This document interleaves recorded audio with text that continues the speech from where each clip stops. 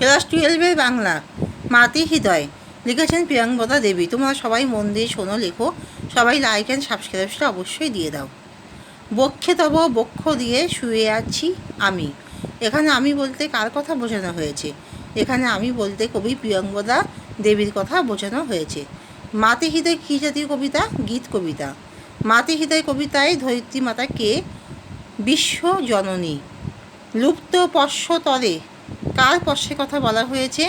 কবির প্রবাসী সন্তানের হারিয়ে যাওয়ার কথা বলা হয়েছে।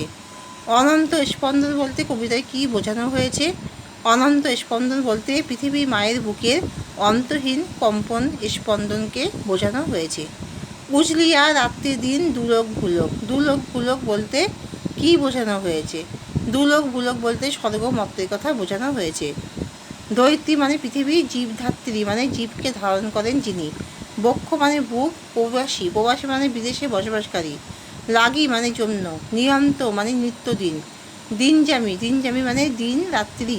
পশ্য মানে ছোঁয়া, ব্যাকুল মানে আকুল, বিপুল মানে বিশাল আকার, অনন্ত মানে সীমাহীন, বিয়োগ বেদনা, বিয়োগ বেদনা মানে বিচ্ছেদ যন্ত্রণা। উজলিয়া, উজলিয়া মানে উজ্জ্বল হয়ে ওঠে।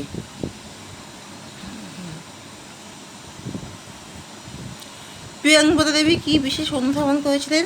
প্রিয়াঙ্গদা দেবী ভাষা রচিত স্বপ্ন বাসব দত্তার বিশেষ অনুবাদ করেছিলেন। মাতৃ হৃদয় কবিতার নামকরণের সার্থকতার বিচার করো। মাতৃ হৃদয় কবিতাটির নামকরণ একই অর্থ বহন করে। কবিতায় একটি মাত্র সন্তানের বিয়োগ বেদনায়, যেখানে কবির মন আকুল, সদা সর্বদা তার বিয়োগ যন্ত্রণায় কবি আকুল হয়ে থাকে। প্রবাসী সন্তানের হারিয়ে যাওয়ায় কবির মন যেখানে যন্ত্রণায় ক্ষতবিক্ষত হচ্ছে, সেখানে পৃথিবী মা কেমন করে সহস্র সহস্র সন্তানের বিয়োগ যন্ত্রণা সহ্য করেও সৃষ্টিকার্যে ব্যপ্ত আছেন।